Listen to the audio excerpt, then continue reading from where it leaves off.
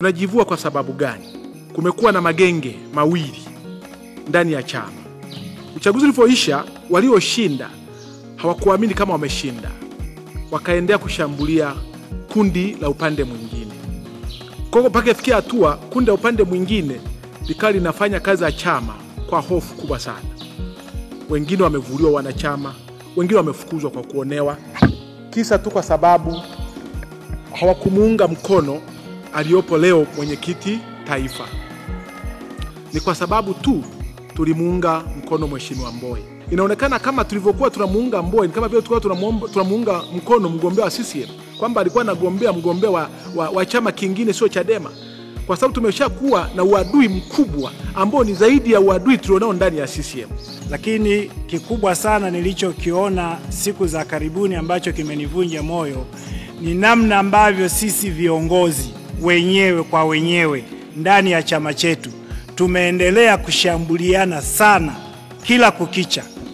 Na niamini tu kwamba Chadema hata kama watapewa nchi leo, huenda wanaweza wakafanya vibaya sana pengine kuliko hata Chama cha Mapinduzi, kutokana na jinsi tulivyo ndani ya chama, tusivyozingatia nidhamu, itifaki pamoja na mambo mengine. Sasa kwa hayo yamenifanya pia niweze kuachia wanachama wangu. Kama Chadema, mimi kwandu nimetukanwa matusi ya kutosha. Mimi kwandu siridhishwi na mwenendo wa chama. Mimi kwandu naona chama kimetoka kwenye misingi yake ya kuwasaidia Watanzania. Badala yake kimebaki kuwa chama cha kutoa taarifa. Ndugu zanguni, nimeona mienendo hiyo, mimi kwandu siwezi kuendelea kubaki ndani ya Chadema. Tunajivua kwa sababu gani? Kumekuwa na magenge mawili ndani ya chama. Uchaguzi ulipoisha, walioshinda hawakuamini kama wameshinda, wakaendelea kushambulia kundi la upande mwingine. Kwa hiyo mpaka ifikia hatua kundi la upande mwingine likawa linafanya kazi ya chama kwa hofu kubwa sana. Wengine wamevuliwa wanachama, wengine wamefukuzwa kwa kuonewa, kisa tu kwa sababu hawakumuunga mkono aliyopo leo mwenyekiti taifa. Ni kwa sababu tu tulimuunga mkono Mheshimiwa Mbowe. Inaonekana kama tulivyokuwa tunamuunga Mbowe, kama vile tulikuwa tunamuunga mkono mgombea wa CCM, kwamba alikuwa anagombea mgombea wa chama kingine sio Chadema. Kwa sababu tumeshakuwa na uadui mkubwa ambao ni zaidi ya uadui tulionao ndani ya CCM.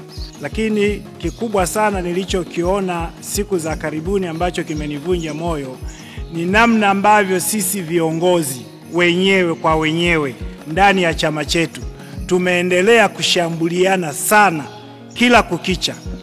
Na niamini tu kwamba Chadema hata kama watapewa nchi leo, huenda wanaweza wakafanya vibaya sana pengine kuliko hata Chama cha Mapinduzi, kutokana na jinsi tulivyo ndani ya chama, tusivyozingatia nidhamu, itifaki pamoja na mambo mengine.